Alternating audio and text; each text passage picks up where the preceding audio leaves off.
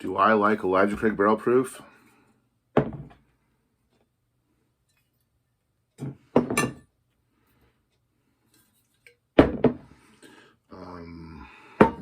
Do I like it?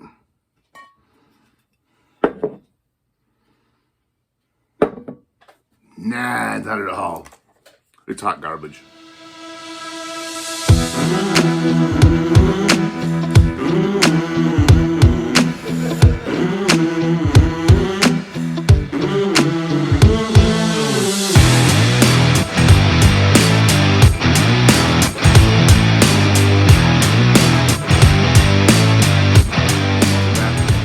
Mike's Place, courtesy of St. Louis Bourbon Society, and yes, I have a few Elijah Craig Barrel Proof.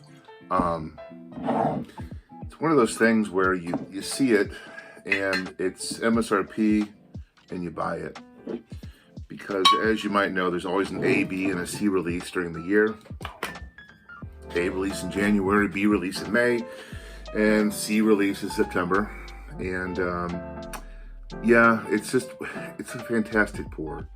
Usually 60 bucks to 75 bucks a bottle. And the proof ranges, it's typically around 125-ish, around there. There have been some as high as 133 that I've had, and some a bit below 125. But typically, it's a higher proof pour.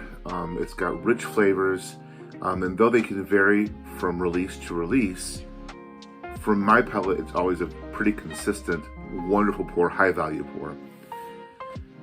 Beyond the releases, however,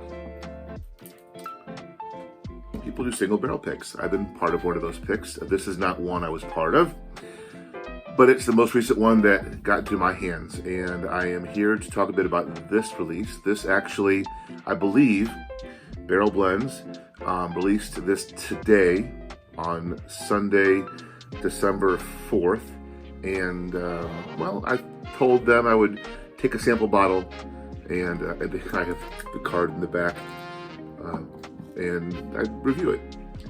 I got this bottle a while back actually and cracked it. You can see I may have had a little bit of it, but I'll tell you this. Obviously, I like the stuff, Elijah Craig, and the single barrel picks are typically wonderful. Now this one is a 9-year-old. Gotta check again real quick. Yeah, it's 9 years old. It's 127.7 proof, so it has some heat. But how does it taste? And again, my scoring guide's easy. 0, 1, 2. 1, expected flavors. 0, it's a flaw, missing something. A 2, exceptional. And I'll tell you right now, this is going to be a pretty high score because I've been enjoying this for a while. And the nose is just, it's all mascarpone, baking spices, loads of vanilla. And of course, classic leather, brown sugar notes. So it's things you expect, but it's just amplified. So if you were to take classic bourbon flavors and just turn it up a few notches, that's the nose in this one. And for me, it's always a 2. Well, let's dive right in. Why not?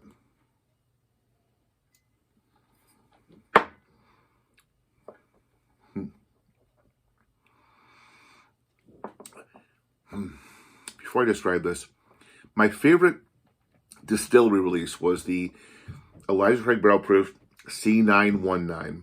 So the C release, third release of the year in 2019. That was actually my first introduction to the ECBP line. And it remains one of my favorite pours. I also, when I had that bottle, I also found my first Stag Junior. It was a batch 13. And I was taking the C919 and the Stag 13, and I compared them, and I couldn't tell what I liked more. The Stag wanted to fight me, a little rougher, a little bigger. Elijah Craig was more rounded and more subtle, but boy, it was still a brute of a pour. And I think there was 132 proof, the 919. Regardless, this one on the palate, amazing.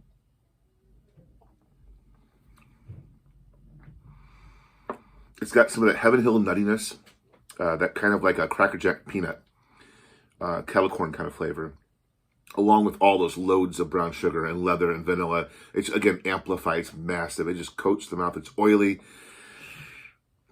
It's a 2. The finish, got the punch of heat right there, that Kentucky hug.